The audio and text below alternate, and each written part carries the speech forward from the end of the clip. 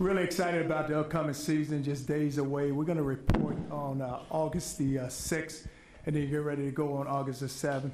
You know, the good thing about it, you know, you go through winter conditioning, and then you go through the summer, and most of our guys are there in place, even with our freshmen. And just really excited about this team because one of our goals is just to build a team. And the way you build a team, you just have to get everyone on board. You know, so much was made last season about the suspensions, and I want you to understand this. My goal is never, ever to kick a young man out of the program. I want them to have every opportunity to be successful, but the decisions are made, and sometimes guys feel like that they want to do things their way, and so when that happens, then we have to make a decision on our end. But if you look at this team now, you're always looking for leadership, you're looking for discipline, but we have to have a winning season. Last year, 6 and 7 is not good enough. It would never be good enough at the University of Texas. We know that we lost a lot of players on defense, returned a lot on offense, but we have to improve. We have to improve as a coaching staff. We have to do a better job of coaching, but we also got to get our players to go play and go compete week in and week out. The schedule is very challenging. It's very demanding. You open up in South Bend and you look at two programs so rich in tradition. But we go there, then you come home against Rice, you come home against Cal Berkeley, then we have Oklahoma State coming in with our first conference game, then we had to go on the road to TCU, then we had the Red River Shootout. But but the good thing about it, you know, why would you want it any other way? And that's why you're at a place at University of Texas, and that's why the players have to understand it's all about competing, and that's why you're here to go compete for championships. Okay, questions for Coach.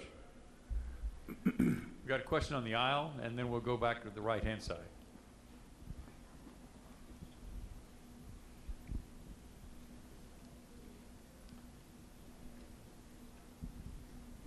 Coach, Ben Kirchhoff from Bleacher Report. When preseason camp starts, what do you want to see out of Tyrone and Gerard? Well, I always say this, and a lot is made about the quarterback position, and it should be because it's a position that when it plays well, you get a lot of praise, and when it plays bad, you get a lot of criticism. But I was just saying earlier, and I think about this, and not to compare, no way am I trying to compare here, but every quarterback that I've ever been around, there's been really good players around them.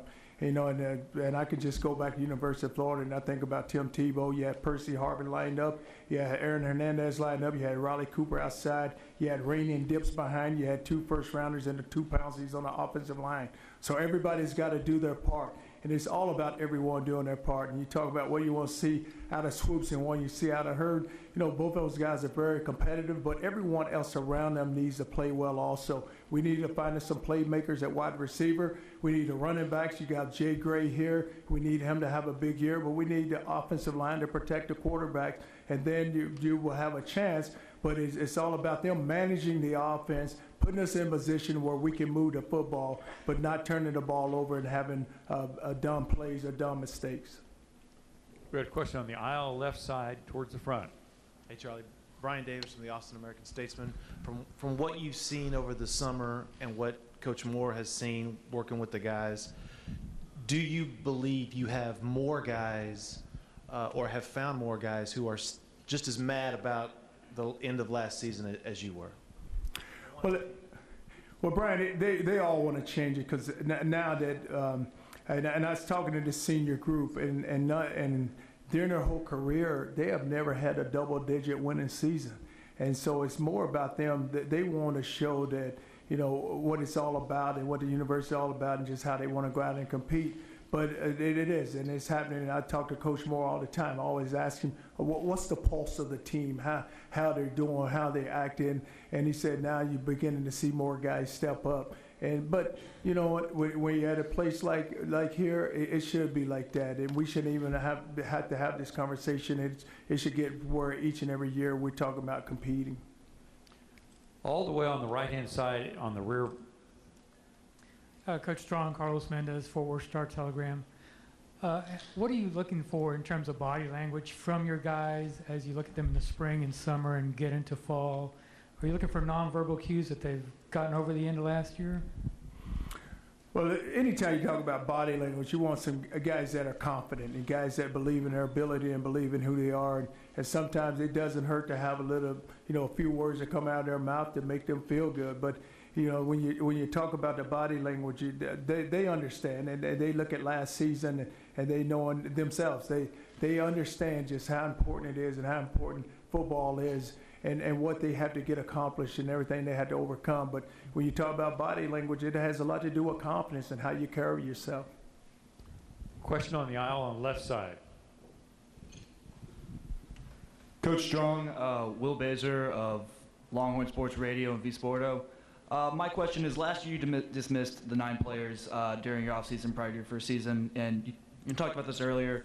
You brought us that new set of rules. How has this culture changed the locker room, and has it had the effect that you want it to have? Well, it wasn't so much, and let me say this, it wasn't so much of new rules. Coach Brown did an unbelievable job, and anytime there's a coaching change, some guys just feel like that they want to do things their way. So like I said, so much have been made about that, but when you look at what happened, and when as a coaching staff, we sat down with it, even with our players, it's not where you got to sit there and say, hey, listen, you're out. You start pointing guys and telling them they're out of the program. That never, ever happened. They were given plenty of opportunities to do what was asked of them. And so the culture, it wasn't so much you had to have a change of culture. Because when you look at this, you say 9 guys. We have 85 guys on scholarship. So if the other, 76 can do everything we ask of them, then why can't those 9 do it? We got a question on the rear, right in front of the TV cameras. Nick Castillo, Dallas Morning News. Coach, you talked about the wide receiver position. You lose John Harris, a guy who really stepped up. Who do you see in that, role as wide receiver to step up like he did last season? And how has Coach Norvell, kind of changed the mentality of the wide receivers? Well, Nick, as you look at DeJay, and he's a senior now, Marcus Johnson, those guys need to step up and become playmakers. I was just teasing DeJay the other day, and I said, you haven't made a play, I think, since Oklahoma when you returned that punt for a touchdown. And so it's got to be a point where he's got to step up and start at that position, because you're always looking for playmakers, and then that takes a lot of pressure off the quarterback, because if you can throw the ball out there and make a guy make you miss an open field and you can take it the distance, then you always give yourself confidence and also get an offense confidence. But you look at Peter Warwick and look at Leonard and Lorenzo Joe are some young guys, but we had to develop playmakers in that position. Jay's done an unbelievable job. He's an unbelievable coach. Has came in. The players really have taken a liking to him. Does everything he asks. They do everything that is asked of them from him. And the thing about Jay is very detailed. He's a very disciplinarian, but he's a guy that's making sure that position improves. We got a question on the aisle left side.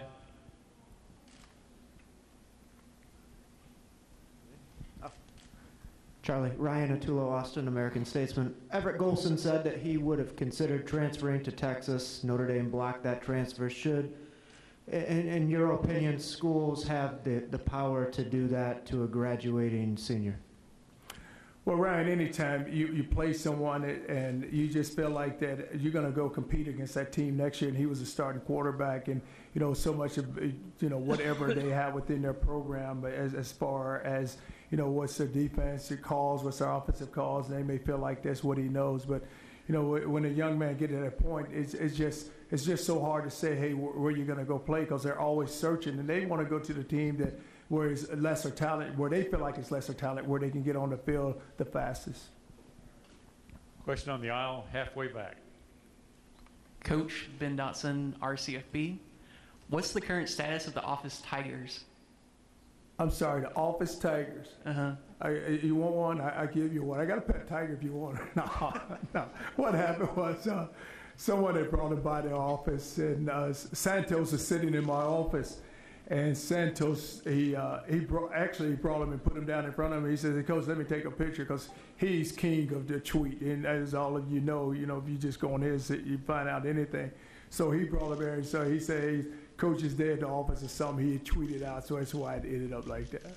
But no, those Tigers, they're placed where they need to be right now. Got a question on the left side, and then we'll come over to the right. Kurt Bowles from the Austin American. Charlie, how big is the barometer for the entire season, the opening game at Notre Dame? Well, you like to always say this. When you have an opponent like Notre Dame, and it's right there at the beginning of the season, And through your winter condition and through the off season, it's something that you've been working to. So now there's something that's sitting there where they understand just the whole, just the magnitude of that game. They return a lot of starters. It's going to be an unbelievable game for us, very challenging game. But we need to go out and we need to go play well. And they understand what's really good is Notre Dame. So not a lot has to be said. Now it's about us now just building our team. Question on the right side, Coach, third row. Coach, it's Anwar Richardson, Orange Bloods. What would Gerard Hurd have to do to impress you in order to take that spot from Tyrone Swoops? Well, they both are going to get that shot, Anwar, and so it's not so much as what he's got to do. It's still a learning process for him, and Gerard is coming along good, and both of them are there this summer. Hadn't had a chance to really watch him work out because we can't, but he's going to, when he get into fall camp, then we'll see just where he is and just how much more that he needs to learn. Question on the left side aisle. Coach Cedric Golden, Austin American Statesman.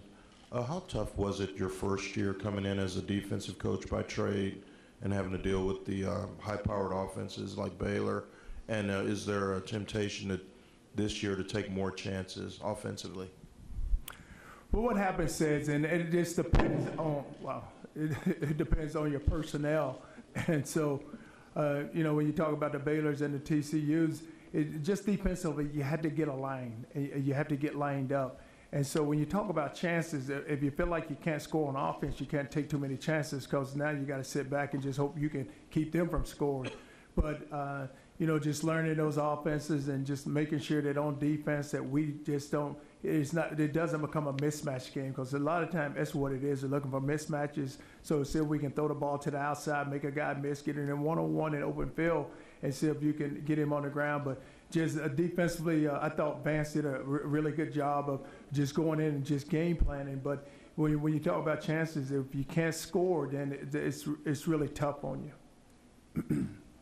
We got a question in the middle. Tim, put your hand up. Charlie. Tim Griffin with the San Antonio Express News. The Southeastern Conference passed a rule back in May where they said they'd bar the signing of athletes who'd been disciplined for serious misconduct at other places. Charlie, I'm curious your thoughts on that, and would you favor the Big 12 doing something like that as well?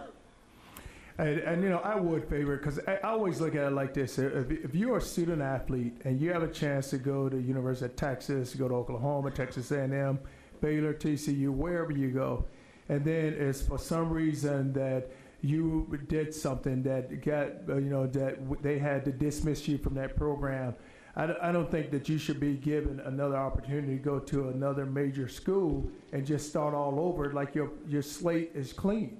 And I just don't think that should happen for you because you look at it, you were at an unbelievable place, and so now you did something yourself to get yourself dismissed out. So why do you think that you can go somewhere else and just start all over? Like it's a clean slate for you, And I'm all into giving guys second chances, but I want to give guys on my team second chances, not someone else from another program. Got a question on the left side. Coach Damon Sales, Bleacher Report. Can you talk a little bit about just the freshman play that you have? You've got some freshmen with some definite talent, in particular Malik Jefferson. Can you talk about those guys on the defensive end? Well, you look at our freshmen, and the good thing about Malik, he was able to come in the spring and did a really good job. I think he came in at like 217. He's up at like 240 now. Connor Williams is another. He came in as an offensive lineman, was a tight end in high school, moving to offensive line, has done an unbelievable job. And then with the rest of them, they're coming in right now. And it's some freshmen on campus. But the good thing about it is the upperclassmen have done a great job of just welcoming them in and teaching them everything. Because, you look at those from the Houghton Hills, those young DBs, from Houghton to Davis, to Chris Boyd, there's a lot of learning for them, but it's all about the learning process. And when you look at the freshmen, they're all excited, week one, and then all of a sudden it all hits them with the classes and they're working out. Then they kind of calm down, and so now they'd be interested in when we get them to August how they're going to react and how they're going to go out. Question on the front right side. Coach Strong, Art DeLuggage from the Llano News. A couple of years ago, you had 3 good running backs and 1 left. Last year, 2 with Michael and Jonathan. Now it's Jonathan. Might this make things easier depending on, I'm sure you've got backups too, but for Jonathan and maybe for the running game, for him to know he's the main guy? Yeah, what happened last year, you had Jonathan, you had Malcolm. And the thing about Jay Gray, he was coming back from that Achilles, so you just didn't know how healthy he was. I think that we had to get within the season for him really to get back on track. But now with him being the guy, you expect big things from him. And I told him, and I said, now, with you being that guy, and we have backups, but you'd like to see Jay Gray go out and just have a big year. This is a final question for Coach over on the front left. Dean Blevins, CBS, Oklahoma City. Charlie, if you get quality quarterback play, is this team the upside? Is it a team that you would see going 9-3, or is this a team that you would see winning the league if you get that good quality quarterback play? Well, I don't know what the number would be or what would happen, but not only with the quarterback, it's got to come from all positions, because you look at us on defense, we lost 6 key starters there. So we're going to have to play really well on defense, and that's where it all starts at. But with the quarterback position, it is a very critical position, because you want to see that position play so well. And Swoops, and I tell you this right now, he want to play well because of what so much has been said about him, and he want to prove to everyone that he can play that position. I hope he does do that. I'd be more than happy if he did. But it's all about us just performing well as a team and with all phases. Okay, Coach, thank you very much for your comments and good luck. All righty, thank you.